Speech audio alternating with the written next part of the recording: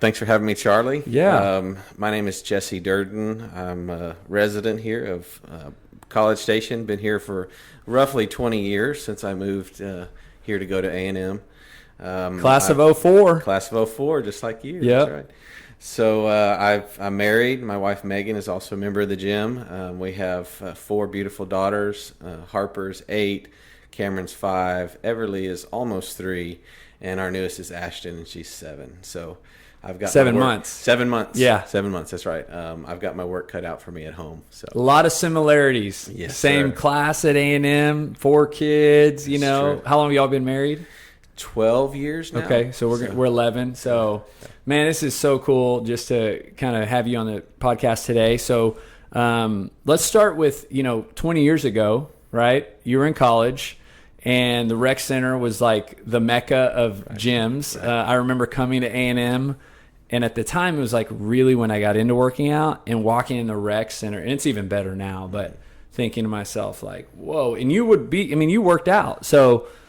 Tell me about kind of where you were in your fitness at that time in your life. Yeah, I had been in the gym and enjoyed the gym since 7th grade, back in my small town. And we had lifted weights and done the running and athletics. That was fun.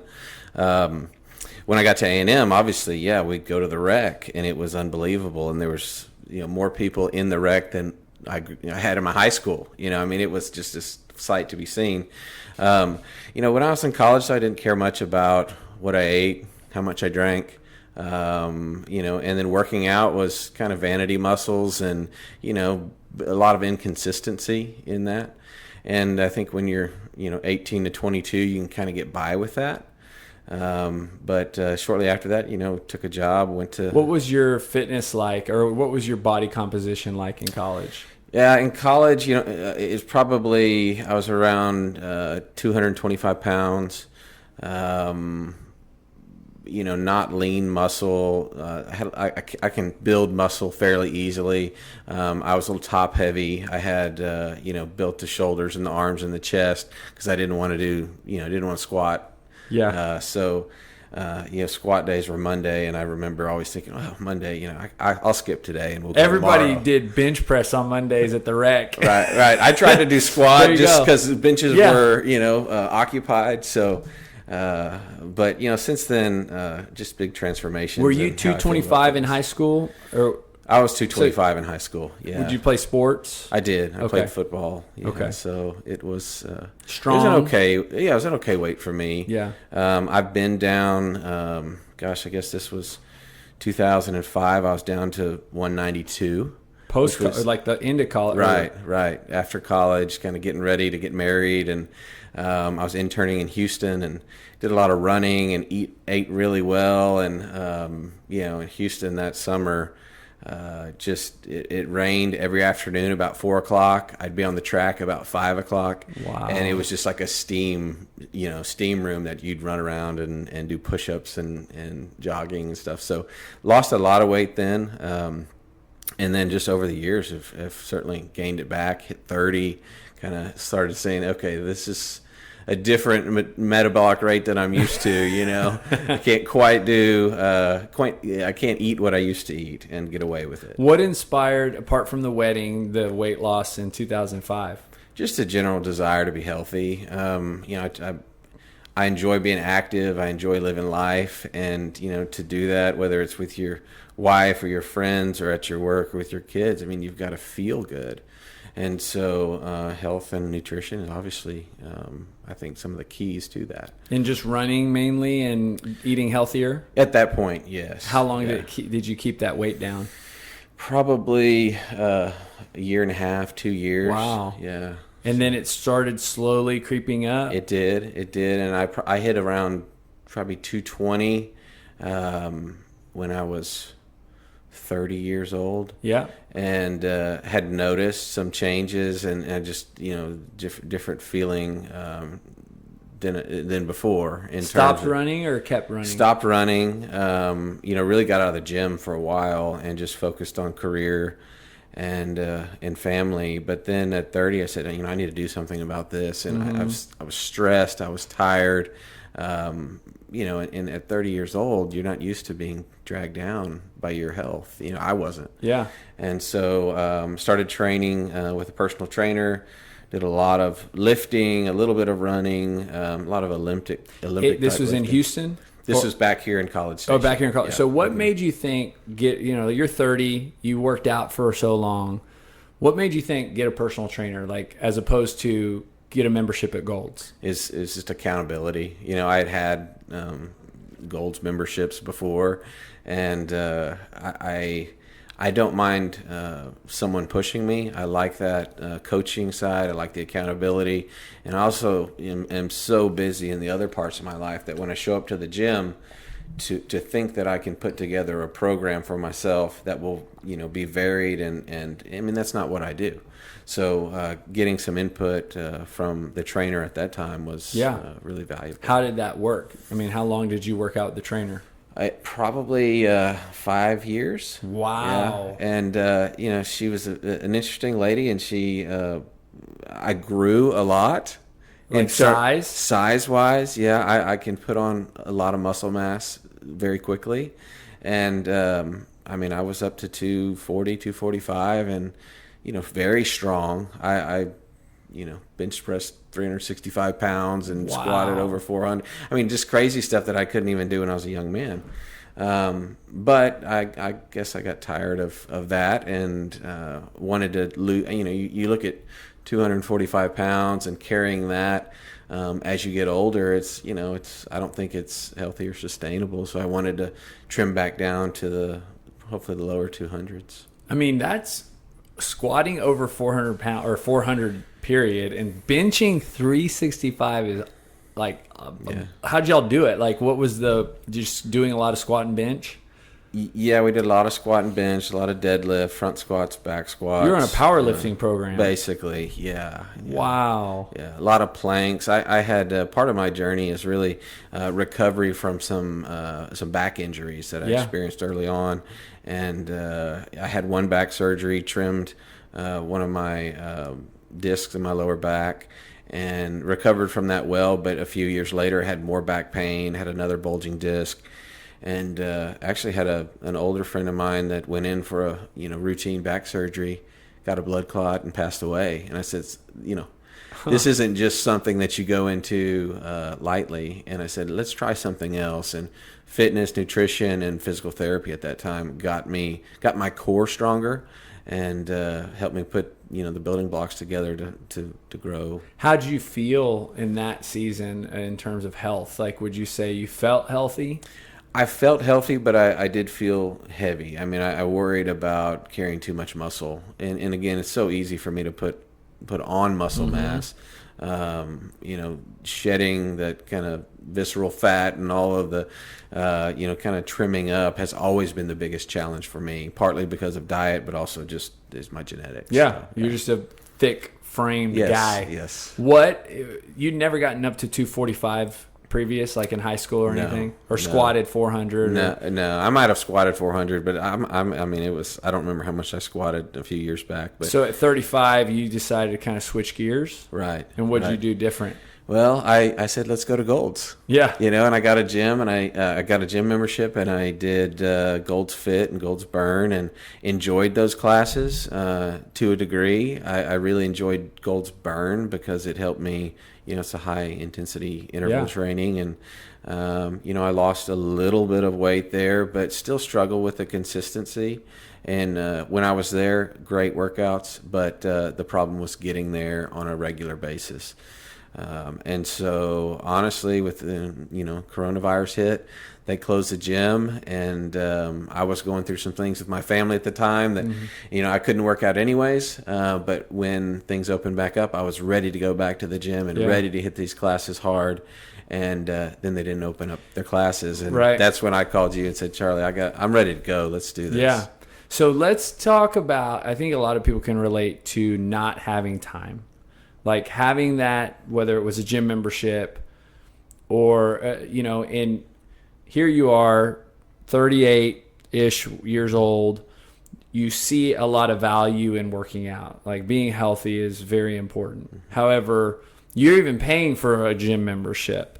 and this is probably, people go through this in their 20s, 30s, 40s, and beyond, but not having the time. So explain that to me for so I can understand, or the listener can understand. Sure. And I imagine you can relate. I mean, my wife and I operate 3 different businesses. We have 4 kiddos.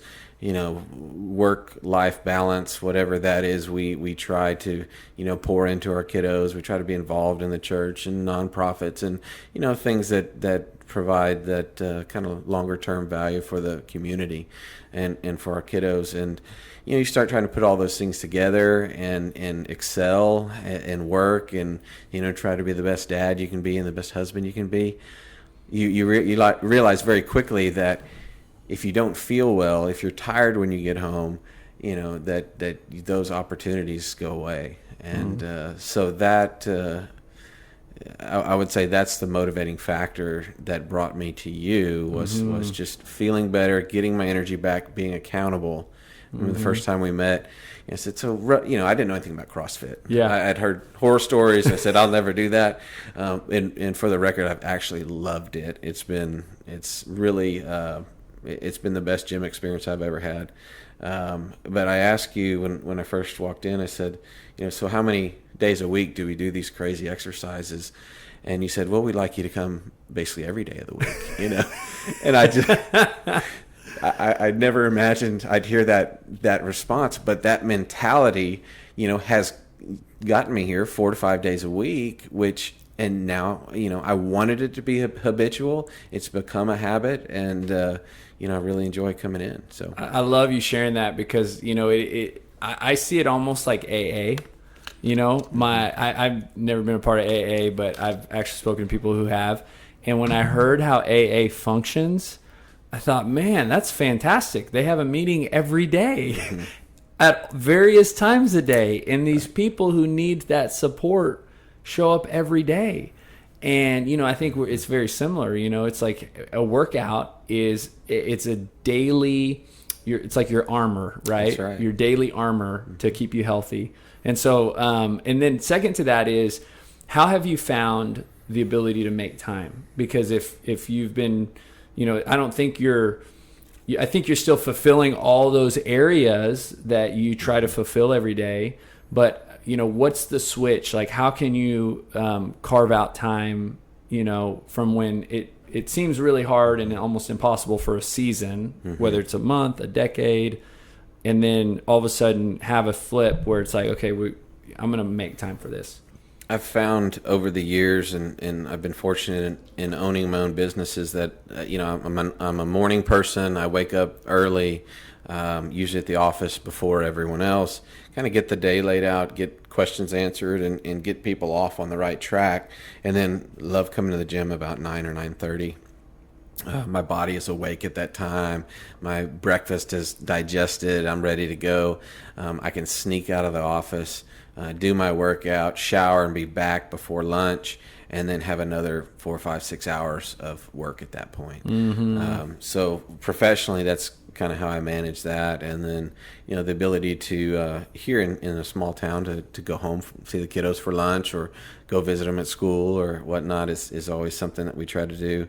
And then, but most importantly, when you get home in the evening, to have that energy to, get on the floor and play with the kids and, take them outside on a walk and all those things that become very meaningful and part of their life as well. Yeah. And I'll add to it a little bit because I feel like, being in the same stage of life, I know what going home or living with 4 kids is like. And it's almost like this becomes an outlet, right? Like a release every day. And it's not like you're here raging, because that's not what it is. And that's not what it is for me. But there is an expression that your body gets to have physically in a workout that's very physical and intense or therapeutic, that kind of almost makes just all the stuff that happens in that crazy house a little bit more manageable. Absolutely. Yeah. And it's still, you don't get me wrong, I still have a short fuse with certain incidents, and 4 kids is hard, know. Yeah, it's constant chaos, and I don't know if it's a daughter or a girl thing, but they're always talking, and nobody's listening, and it's just it's a really a wild circus. But it is interesting, and I agree with what you said. For me, coming to the gym is really one of the only places where I can step out of the roles that I have, where I feel like I have a responsibility to someone else, and I can kind of focus on myself, and then have that leadership, and I say, from you guys, and say, I'm going to make the most out of this workout. I'm at an age now where, I'm not trying to bench press a bunch of weight or do, a bunch of power snatch or, I want to be here every day. Make it habitual, have a good workout, but not overdo it. And so far, I've been here maybe 3 months now. It's been working. Yeah. So tell me the bulging discs you mentioned earlier, the back, the previous flares, and now for 3 months, like how do you approach a workout? Like if you see something on the board, like what goes through your brain? How do you prevent further injuring, knowing that you also are a powerhouse that can squat if you train it, right? How do you what's your mindset going into a workout? I've learned over the years, mostly through physical therapy when I was, 30 years old, that, to listen to your body and to understand the components, your muscle structure and your skeletal structure and all those things. And honestly, I have a regimen of stretching that it really has eliminated, knock on wood, basically all back problems that I've had. So I try to do that regimen 3 or 4 times a week, and it works wonders. And when I show up to the gym, you guys do a good job of getting us warmed up and going through the progressions. And so when it's time to, hit the clock, then we're ready to go. How do you approach like strength work? Because we do strength work. I'm assuming, do you still have the same strength that you had 5 years ago? No, I'm down a bit on strength, yeah. Okay, and I am too. Okay, I'm 38. And I'm okay with that. Yeah, that's right. So, so that's what I want you to speak to. Take a runner, for example. Like, once upon a time they ran a 3.5 hour marathon, and then they run a marathon in 4 hours, right? You have 2 people, one who's going to be mentally defeated, discouraged, walk away, and kind of, or the other who is kind of sounds like what you're. So how do you process that at this age? Sure, that's a great question. For me, body image has never been a reason to come to the gym. It's been an outlet for stress. It helps me navigate the other parts of life really well. And so I guess just, enjoying the benefits of workouts after they happen. When I go home this evening, I'm going to be less tired than I would if I didn't work out here at 4 o'clock in the 100-degree heat. How does that work? Right. But you go home and you feel that and you're invigorated. And so I just try to keep my eye on that picture. Not here to, impress anybody with the weight that I'm doing. Not here to, routinely I'm the guy in the sweat, pool of sweat on the ground. That's where you find me at this gym. But I enjoy it, and it's that outlet. And so a while back, Megan did the 6-week challenge. This was a while ago. Yes. And I think it's worth kind of speaking to, because at the time you weren't here, maybe you were doing burn at that time. That's right. Listening to your story now. Did her nutritional changes influence you? Absolutely. And how so? Absolutely. So when I watched Megan go through the 6-week challenge, and I wouldn't say I studied the nutrition program, but I listened to what she was going through and talking about, the importance of protein and when carbs are appropriate and things like that. And, it was really, again, it was like you saying work out 5 or 6 days a week. Like it just blew my mind that you could, function at a higher level with fewer carbs, and so at that point, we both kind of went on the search for good nutritional, protein shakes and protein bars, and really counted the carbs and said, these are the snacks that, while they appear healthy, they're working against what the goal is. And I have, I do blood work all the time, and I have some insulin resistance and things like that. So for me, much like Megan, it was type 1 diabetes. Every carb that we take in, we've got to counteract that carb with more and more insulin, and insulin just basically helps you store fat. So there's this kind of trickle So effect. you have more knowledge, I would say, than the average person based on what you just said, because I think a lot of people understand carbohydrates. Maybe I don't need a lot of them because they're not bad. Like, that's the thing is, but there's a sensitivity to them, there is, being diabetic. I think they're the most educated person on truly what insulin does, how carbohydrate impacts insulin. So for you, having that education, how does it affect what you eat day to day? I still have off days. I would say once a week I eat 2 or 3 bad meals in a day, and I just I feel a little bit frustrated, I guess, that I let myself do that. But generally day to day, just very successful with. We drink the Premier protein shakes Those are great. High at 30 grams of protein, very few carbohydrates. I'll drink maybe a couple of those a day. I might have a Premier protein bar, all available at Sam's Club, so that's nice. We'll do some of the egg whites and turkey sausage and things like that.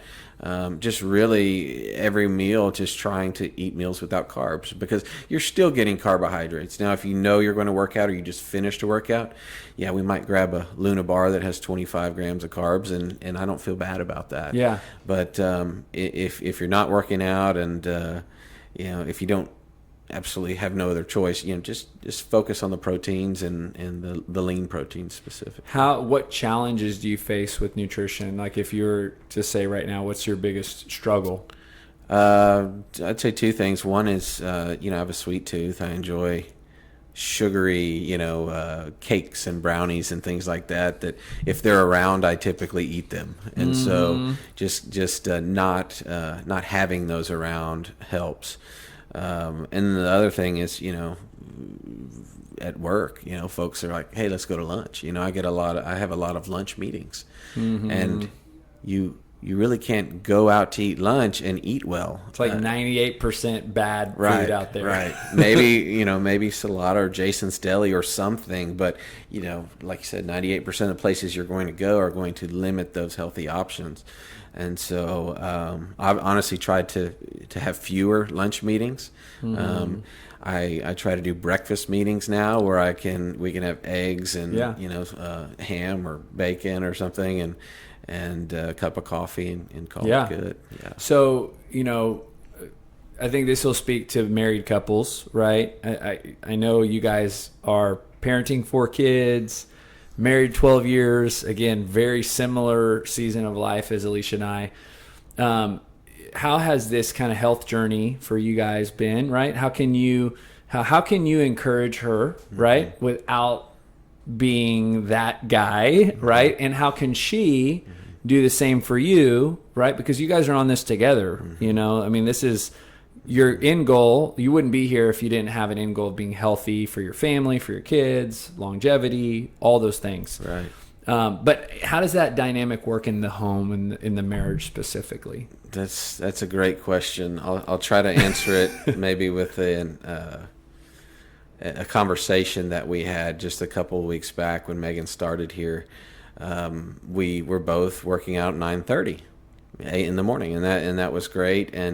But she came home one day and said, "Why don't you talk to me at the gym?" And I said, "Well, I don't want to be that guy that's, hugging and kissing his wife at the gym and people are trying to work out. They don't want to see that." And she said, "Well, come talk to me, support me." And so I'm still learning a lot about that. Yeah. But hearing her say that, I'm becoming more open to that. And, for Megan and supporting me, just not giving me a hard time if I have to work out and then come home at 6 p.m. instead of 5 p.m. She's very accommodating, even though she has her hands full, and just that kind of quiet support is great. That's so much. It's the same thing like Saturday mornings. So we don't do the childcare anymore since we reopened on Saturdays, because I used to almost it was kind of like, hey, you can have the morning, I'll bring the kids. So, now it kind of became like I'm looking around. I kind of want to come, but I don't want to. And so, Absolutely. but, when she says, hey, you can go, it's like, whew, but it's the same. Like if I didn't get a chance to work out at some point in the day, like I had liked to, right. Even not being accommodating is a better word for a later workout, is good. And, we started now on Saturdays, we'll do a switch, right? So I'll come at 8:30, or she'll come at 8:30. I'll bring the kids. She'll jump in, and I'll do the 9:30. Yeah, that's perfect. You have to encourage one another, without without nagging the other person too. Sure.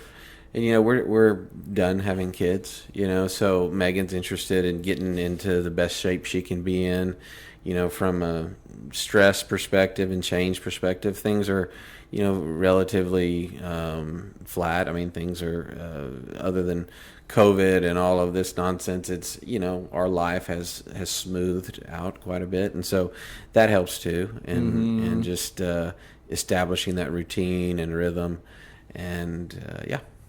So do you guys, because y'all have, again, 4 kids, do they see, how do you think they see this play out? Health, working out, nutrition, Oh, they see it. Yeah. They see it play out. I mean, when I joined the gym 3 months ago, Charlie, I'd hit 250, but I had maybe worked off 3 or 4 pounds. And, my girls are sweet and they love me, but they said, Daddy, your belly is big. Yeah.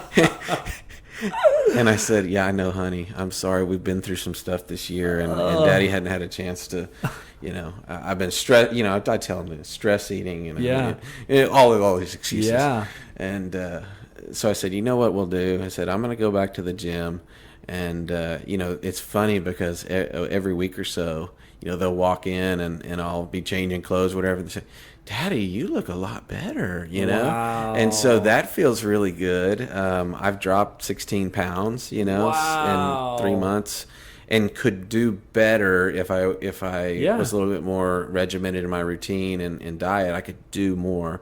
So I'm excited about that. But they see it from the physical perspective, which is really interesting, seeing, that through the eyes of a child and how they describe it. But also my energy levels. I mean, there's no doubt that Dad is a lot more present now than he was, a few months back. And you're a young guy. Absolutely. 38. Are you 38? Yes. 30? Okay. Yes. 38 is, in my mind, right? Kind of, I'm biased. I'm 38. Right. But we're young. Right. And to feel like maybe you remember, maybe you're in that transition, from where you were 3 or 4 or 6, 7 months ago to where you are kind of coming up now.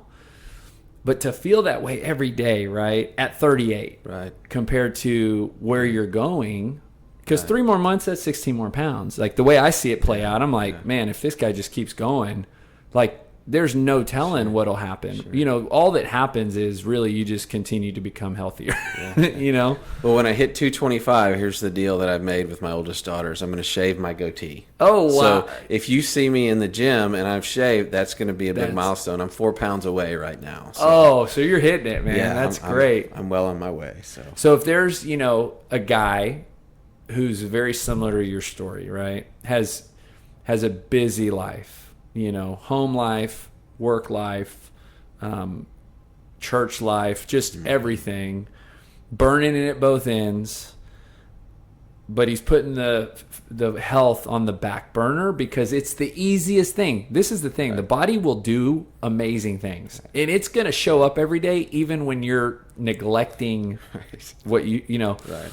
Unlike your wife. You neglect her long enough, she's not going to put up with it. Right, your body, however, will. Right. What do you tell that guy to open his eyes, wake him up, get him back in? Yeah, that's a great question. And I'm a real believer now in the power of fitness and what it does for you. It doesn't just make you feel better, it actually makes you function better. And so for me, I stopped looking at it as something that I wanted to do to make myself better, and I look at it now as something that I have to do so that I can function well and excel in these different areas that are important to me and that make us money and that do all these other things. without that fitness component, I cannot do that. I don't have the mental clarity and the the physical stamina to push hard and compete and do those things that I enjoy to do in a professional realm. So I would say, if you're serious about grabbing life by the horns, and whether that's professionally or with your family or whatever adventure you're on, you need to be fit. You need to at least be on that journey, and it is a journey. I mean, I don't know if there's ever a destination really for me. I don't know if I'll get there, but working, every day to just get a little bit better, I enjoy that. It's like marriage, it's like faith. There really isn't a destination, and there's highs and lows all throughout. Parenting, Sure. It's all very similar. So I ask this question every time I do the podcast. It's the title, which is Building Better People. So that statement is what gives me purpose in what I do, because I believe that what we do goes beyond the gym, right? It goes beyond pull-ups or deadlifts or running. It's that when people come and what they do here is exercise, right? They become healthier. They become a better version of themselves. So my question for you is, and you've named so much of these things, but can you kind of summarize how that's true for you, and not just in your experience here, but over your life when it comes to working out? Yeah, so I guess kind of reiterating a couple of things that I've said to answer that question. I think people want to feel good, physically. They want to be proud of themselves for being disciplined and treating their bodies well, and enjoy the benefits of that good diet and nutrition. And when you feel good about what you're doing, you're able to do a lot more for other people at the same time. And so, without that, if you're unhealthy, if you can't get off the couch, then you're not helping anyone. And so I would just say, in terms of building better people, take care of yourself. Take that time away from all the other daily activities to focus on you, because those daily activities outside of that will benefit from the hour and a half you spend here at the gym.